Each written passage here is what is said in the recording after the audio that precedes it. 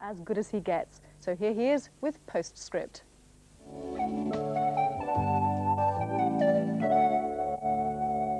Now, as you know, we'd like to think of Postscript as a serious forum for informed discussion of current events. But Mr. Adrian Axford of Ride comments... You cannot be serious. I had to check the calendar to make sure your programme wasn't one of those April the 1st spaghetti tree spoofs. What prompted Mr. Axford's doubts about our seriousness and indeed our sanity was my report on a scheme to reclaim 3 square miles of the famous Ryde Sands from the sea. An Isle of Wight engineer, Mr. Donald McCallum, has a plan to sell the land for development and use the money to fight coastal erosion, which is eating away at the island at an alarming rate.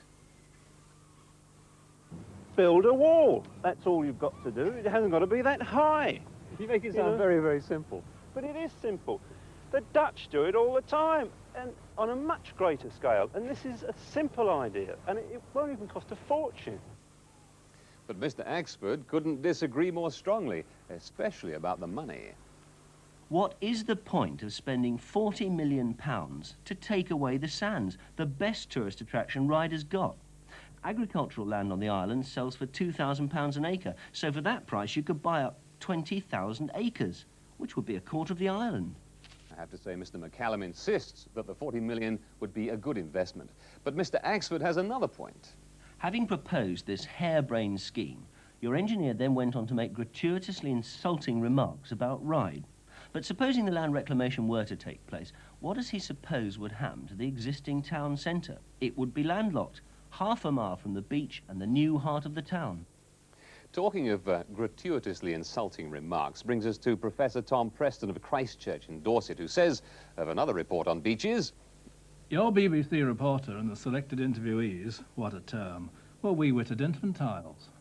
I see, Professor. I was that wee-witted reporter, and the subject was the proposal supported by Arran District Leisure Committee to designate part of Little Hampton Beach for naturists.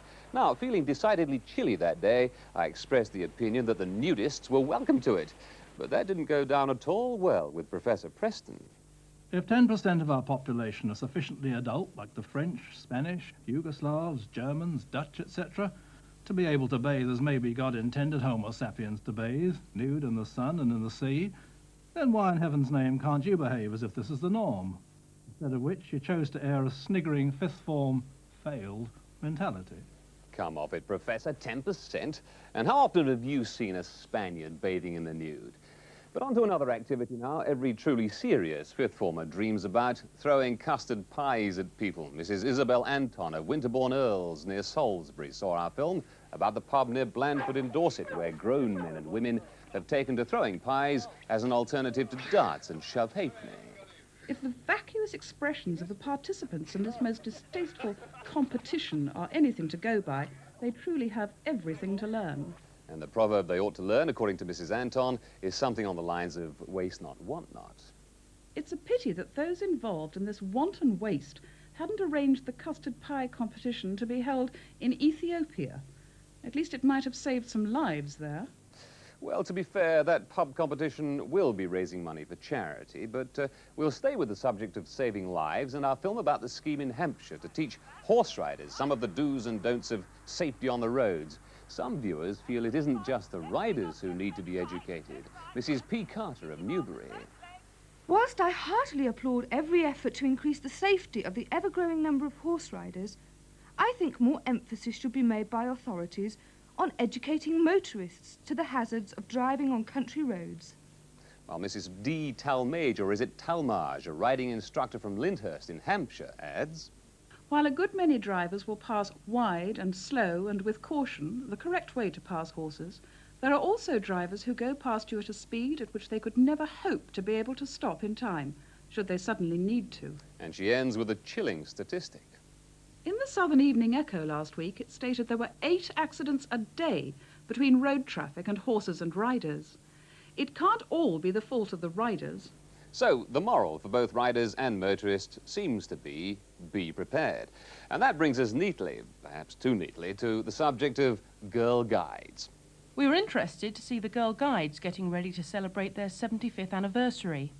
Writes Mrs. Margaret Tucker from Charminster in Dorset. Our aunt was one of the first guides in Miss Baden-Powell's troop, and her picture was in the front of the first book, Guiding for Girls. She's still alive, aged 88, and has had a marvellous life. First driving an ambulance in France after the First World War, then 10 years nursing in India. And that photograph of Miss Marguerite Badgley is 75 years old as the movement itself. Mrs. Tucker ends with this thought.